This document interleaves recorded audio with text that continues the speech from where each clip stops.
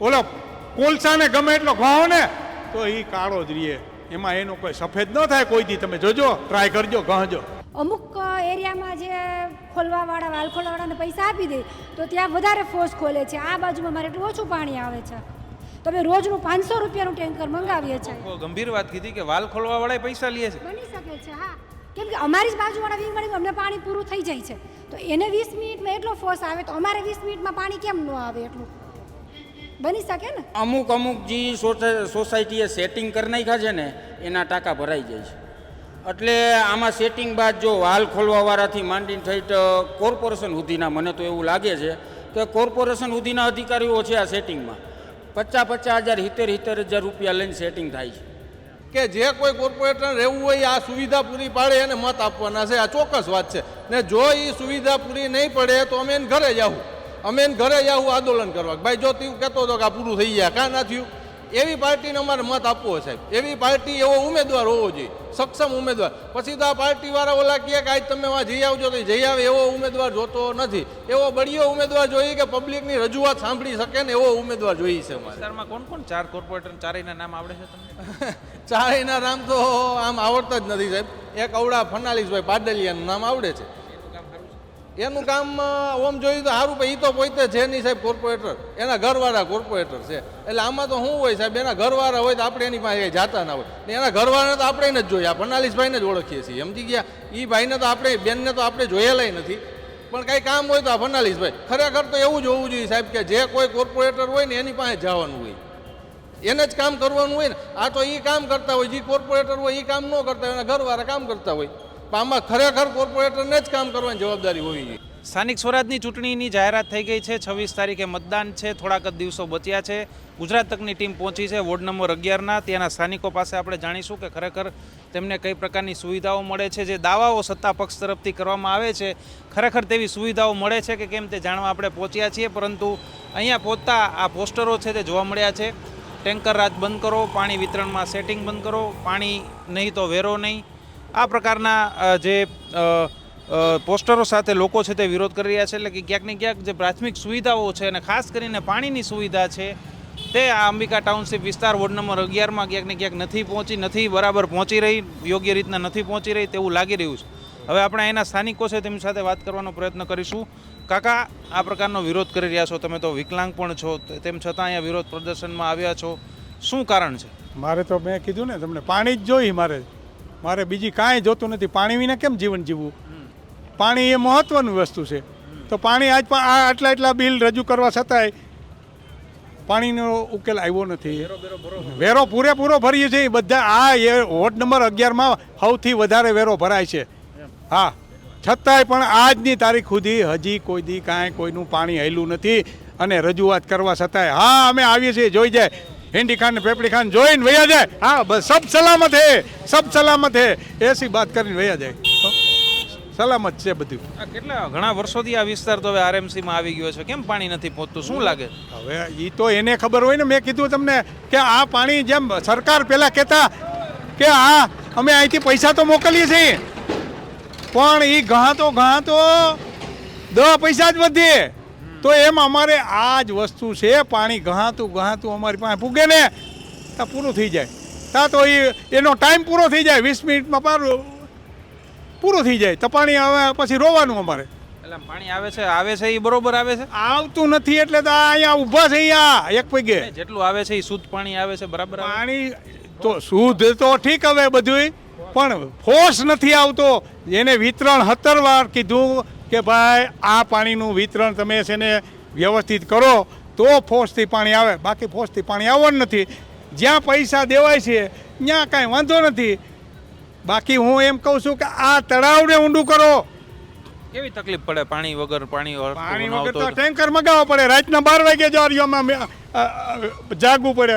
12 સાડા 12 આલ્યો ભાઈ વિડીયો કાઢો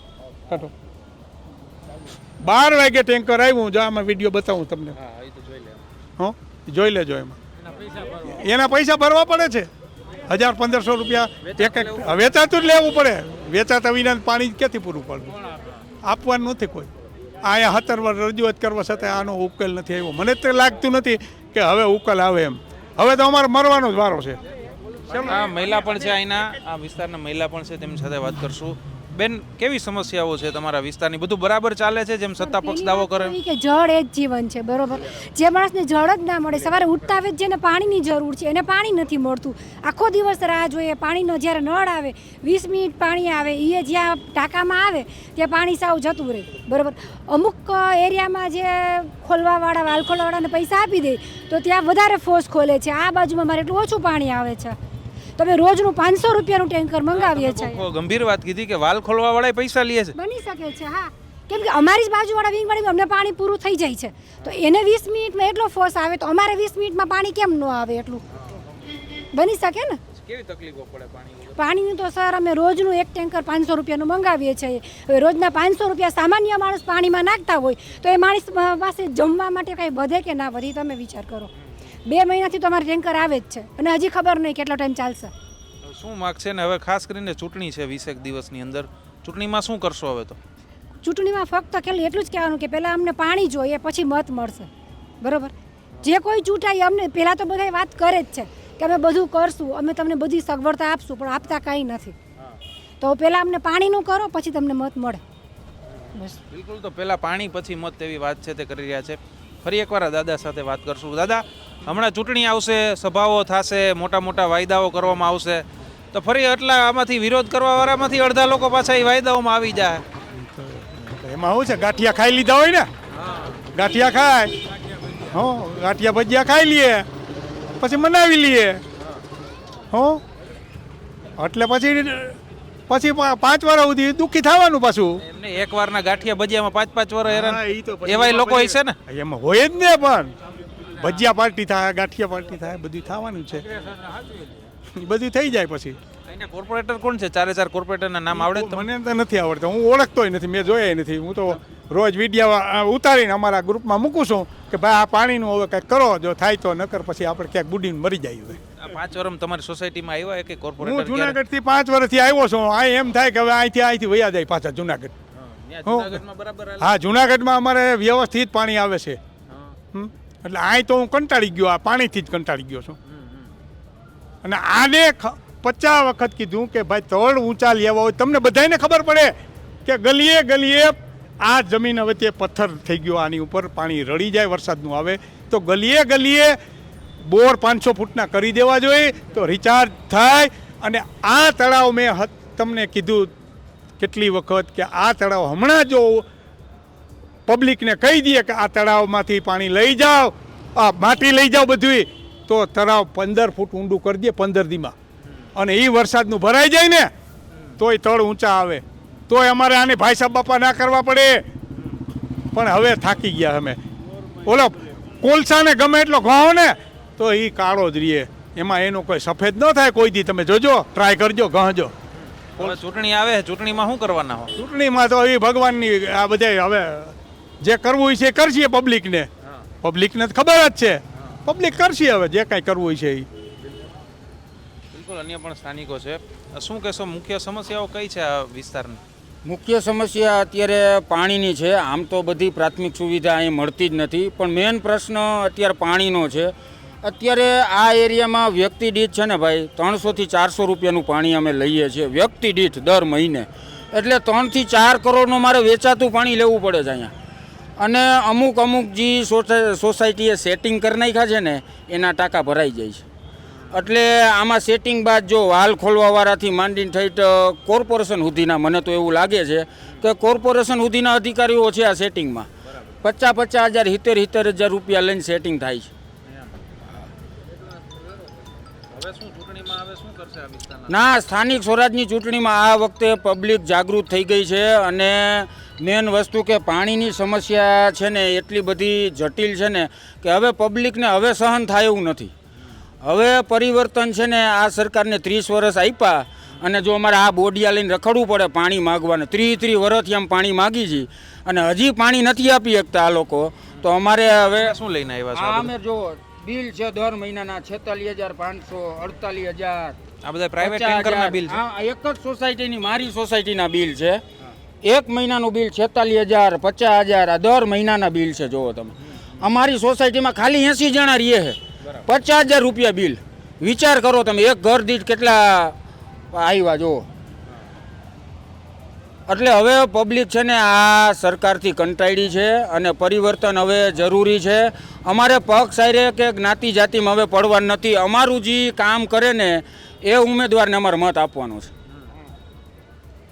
આ વિસ્તાર તમારો કોર્પોરેશનમાં ભળ્યા કેટલા ટાઈમ થયા? ઘણા વર્ષો થઈ ગયા? કેટલા વર્ષ? ઘણા વર્ષો એટલે સમજો 15-16 વર્ષથી આ વિસ્તાર કોર્પોરેશનમાં પડી ગયો છે. હું આ વિસ્તારમાં 12 વર્ષથી રહું છું અને 12 વર્ષથી અમે આ નાન માંગો અમારી છે. આ નાન કોઈ માંગમાં બદલાવ નથી અને સુવિધામાં કાંઈ બદલાવ નથી. એને એ જ પરિસ્થિતિ આજથી જે 12 વર્ષ પહેલાં હતી ને એને એ જ પરિસ્થિતિ હજી એની ઈ જ છે. કોર્પોરેટરો શું કહે તમે રજૂઆત કરો? કોર્પોરેટર સાહેબ અમે છે ને એને હવે ચૂંટણી આવી નજીક એટલે 20 દિવસ રહ્યા છે ચૂંટણીના, એટલે હવે બધાય પાર્ટીના કોર્પોરેટર દેખાય ને. તો હવે તો સભાઓ થાય, સાંજે પાર્ટીઓ થાય, ભજીયા પાર્ટી થાય, ઊંધિયું ચાપડી, તાવો બાવો બધું થાય. તો એમાં તો પાછા હતું ને એવું થઈ જાય. હવે એના ભજીયા પાર્ટી અમારે ભજીયા નથી ખાવા, એના ગાંઠિયા નથી ખાવા. એના ભજીયા ને ગાંઠિયા એને મુબારક. પબ્લિક હવે જાગૃત થઈ ગઈ છે. હવે એ 5 ભજીયા ખાઈને 5 વર્ષ અમારે ભોગવવું એવું હવે કરવું નથી. અમારે પરિવર્તન છે ને એ આ વોર્ડ નંબર 11માં કરવું છે ને કરવું જ છે.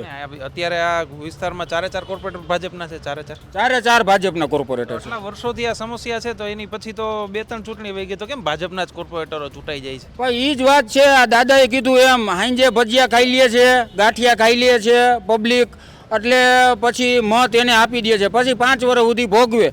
પાછા ચૂંટણીના 20 દિવસની વાર હોય ને તા બધા રોડ ઉપર આવી જાય ને ભાઈ સાહેબ બાપુ તમારું બધું કરી દેવું, આમ કરી દેવું, તેમ કરી દેવું, એટલે પાછી પબ્લિક ભોરવાઈ જાય.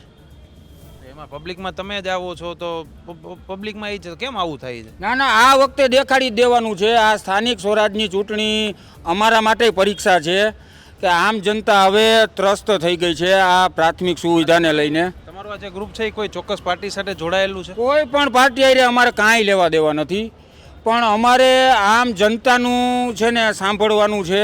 અમે ખુદ આમ જનતા છીએ એટલે અમારે જે પ્રાથમિક સુવિધા આપશે ને સાહેબ એ અમે એને વોટ આપશું. બિલકુલ, પ્રાથમિક સુવિધા જે આપશે એને વોટ આપશું. અન્ય પણ વિસ્તારના લોકો છે. શું કહેશો, તમારી માંગ શું છે ને આ વિસ્તારમાં ખરેખર શું સ્થિતિ છે? સાહેબ અમારે આ વિસ્તારમાં એક જ સ્થિતિ છે પાણીની. પાણી નથી. આ લોકોનું કામ એવું છે કે એક ફેરે ચૂંટાઈ જાય ને સાહેબ એટલે ભજીયા ને ગાંઠિયા ને એવું બધું ખવડાવે ને આ બધી પબ્લિક છે એ ભોળવાઈ જાય. પણ હવે પબ્લિક એવા મજબૂત થઈ ગઈ છે કે આપણું જે કામ કરે પછી 5 વર્ષ સુધી ચૂંટાઈ જાય પછી આપણે હાથ જોડવાનું. પહેલાં એ હાથ જોડે, અત્યારે એ હાથ જોડશે. સમજ્યા? આમ કરશે. આપણે જ્યાં ભેળા થાય ને ત્યાં હાથ જોડશે. પછી આપણે કાયમી 5 વર્ષ સુધી એક ધારા હાથ જોડવાના, પગે લાગવાના. નકર સાહેબ એવો અમારી પાસે ટાઈમ નથી અહીં ભંભૂણા લઈને અહીં ઊભવાનું બધાને બાઇટ દેવાની. પણ વ્યવસ્થિત રીતે પાણી આવતું હોય તો અમારે કોઈને એવી જરૂરિયાત જ નથી તમને અહીં હેરાન કરવાના, તમને બોલાવવાના. આટલું પબ્લિક બિચારું હેરાન થાય છે. તો અમારું એ જ કહેવાનું છે કે સાહેબ જે કોઈ કોર્પોરેટર રહે એને અમે કાગળિયો લખેલો છે ને અમારા આખા ગ્રુપમાં નાખેલું છે સાહેબ કે જે કોઈ કોર્પોરેટર રહેવું હોય આ સુવિધા પૂરી પાડે એને મત આપવાના છે. આ ચોક્કસ વાત છે. ને જો એ સુવિધા પૂરી નહીં પડે તો અમે એને ઘરે જાવું, આંદોલન કરવા. ભાઈ જો તું કહેતો હતો કે આ પૂરું થઈ ગયા, કાં ના થયું? એવી પાર્ટીને અમારે મત આપવો હોય સાહેબ. એવી પાર્ટી, એવો ઉમેદવાર હોવો જોઈએ, સક્ષમ ઉમેદવાર. પછી તો આ પાર્ટીવાળા ઓલા કહે કે આજ તમે વાં જઈ આવજો તો જઈ આવે, એવો ઉમેદવાર જોતો નથી. એવો બળિયો ઉમેદવાર જોઈએ કે પબ્લિકની રજૂઆત સાંભળી શકે ને એવો ઉમેદવાર જોઈએ છે અમારે. વિસ્તારમાં કોણ 4 કોર્પોરેટર, ચારેયના નામ આવડે છે તમને? ચારેયના નામ તો આમ આવડતા જ નથી સાહેબ. એક અવડા ફર્નાલિસભાઈ પાડલિયાનું નામ આવડે છે. એનું કામ સારું છે? એનું કામ ઓમ જોઈએ તો સારું, પણ એ તો પોતે છે નહીં સાહેબ કોર્પોરેટર. એના ઘરવાળા કોર્પોરેટર છે. એટલે આમાં તો શું હોય સાહેબ, એના ઘરવાળા હોય તો આપણે એની પાસે જાતા ના હોય ને એના ઘરવાળાને તો આપણે જ જોઈએ. આ ફર્નાલિસભાઈને જ ઓળખીએ છીએ, સમજી ગયા? એ ભાઈને તો આપણે, બેનને તો આપણે જોયેલાય નથી. પણ કાંઈ કામ હોય તો આ ફર્નાલિસભાઈ. ખરેખર તો એવું જ હોવું જોઈએ સાહેબ કે જે કોઈ કોર્પોરેટર હોય ને એની પાસે જવાનું હોય, એને જ કામ કરવાનું હોય ને. આ તો એ કામ કરતા હોય, જે કોર્પોરેટર હોય એ કામ ન કરતા હોય, એના ઘરવાળા કામ કરતા હોય. આમાં ખરેખર કોર્પોરેટરને જ કામ કરવાની જવાબદારી હોવી જોઈએ. તમારી સોસાયટીમાં ક્યારે એમ દેખાણા છે કે 4 કોર્પોરેટર એક સાથે આવ્યા હોય, હાલો તમારી સમસ્યા શું છે જણાવો એવું કીધું હોય, એવું ક્યારેય થયું છે? અત્યારે તો સાહેબ એ દેખાય છે. અત્યારે મત નથી લેવાના, અત્યારે દેખાય, પછી નહીં દેખાય, પછી પૂરું જીતી જાય ને એવું થઈ જાય ને એટલે સીતારામ. સમજ્યા? કોઈ કોઈનું જોતા નથી, કોઈ આવતાય નથી. અહીંયા અડધી પબ્લિકને ખબર નથી સાહેબ કોણ કોર્પોરેટર છે. તમે વિચાર તો કરો. હવે પબ્લિક જાગૃત છે. હવે અત્યારે રોડે બનાવી દીધા ને પાણી મને એમ છે કાલથી આવવા મળશે. પાણી બધાના ટાંકા છલકી જાય એવું આવશે સાહેબ. તમે જ મીડિયાવાળા છો ને, તમને જ હું વિડીયો નાખીશ. છલકી જાય ને એવું પાણી આવશે. શું કામ એવું આવશે? હમણાં ચૂંટણી 26 તારીખ સુધી કમ્પ્લીટ આવશે ને 26 તારીખ પછી પાછા અમારે હાથ જોડવાના. આવી રીતના તમને બોલાવ્યા ને એવી રીતના પાછા બોલાવવાના, પાછા આવી માથાકૂટ કરવાની. પણ કાકા પહેલેથી જ કહો ને એવું હોય તો ટેક્સ તો અમારી પાસેથી લ્યો જ શું વધારે. ને અમારા અંબિકા ટાઉનશીપ વોર્ડ નંબર 11માં કોઈ ઘર એવું નથી કે ટેક્સ ના ભરતું હોય.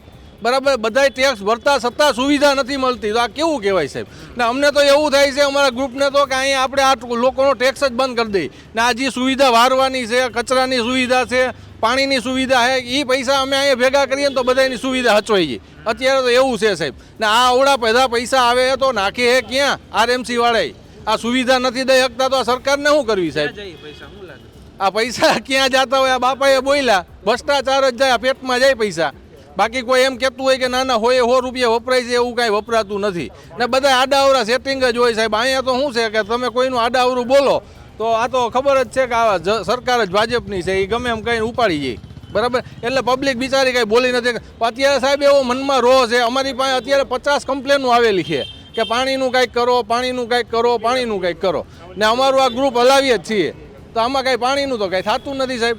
એટલે અટાણે પબ્લિક જાગૃત છે. કદાચ આ ગાંઠિયા ખવડાવે, ભજીયા ખવડાવે કે પેડા ખવડાવે સાહેબ કે મોનથાર ખવડાવે, બાકી આમાં કાંઈ ફેરફાર થવાનો નથી. પરિવર્તન 100% હજુ ખલે દેખાય છે સાહેબ.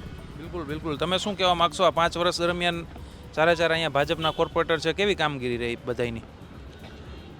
ત્રીજા મહિનાની 1લી તારીખથી અરજી આપવા ગયા હતા. માર્ચ મહિનાની વાત કરું છું. હું પોતે અને અમારી સાથે અમારા આજુબાજુના જેટલા ટેનામેન્ટ ને ફ્લેટવાળા હતા બધા રજૂઆત કરી લેખિત. બરાબર, અને હમણાં છેલ્લે અઠવાડિયા 2-4 દી પહેલાં એમના જે સિનિયરો હતા એ જોવા આવ્યા. વારે કન્ટિન્યુ ફોનથી ફોલોઅપ લીધું, ફોન કર્યા વારે ઘડીએ. બધા ચલક ચલાણું ઓલા ઘરે ધાણું રમતા હતા, આને કહો આને કહો આને કહો. અને 2-3 અરજી આપી હતી અને હમણાં એમના જે મેઇન અધિકારી હતા એ પોતે જોવા આવ્યા ગયા રવિવારે 2 દિવસ પહેલાં.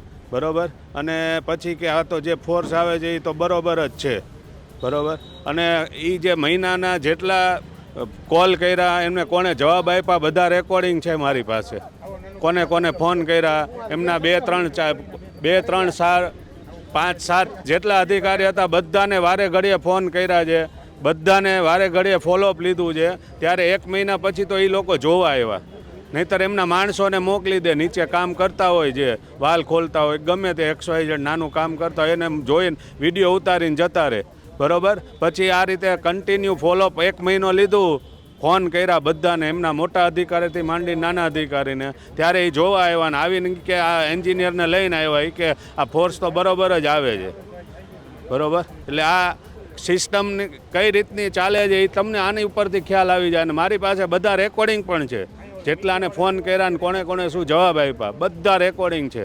બરાબર, એટલે આ રીતની સિસ્ટમ છે કે 1 મહિના સુધી તો અમારે ધક્કા. હું 3 વાર તો અહીંયા RMCએ જયો, 3 વાર તો RMCએ જયો.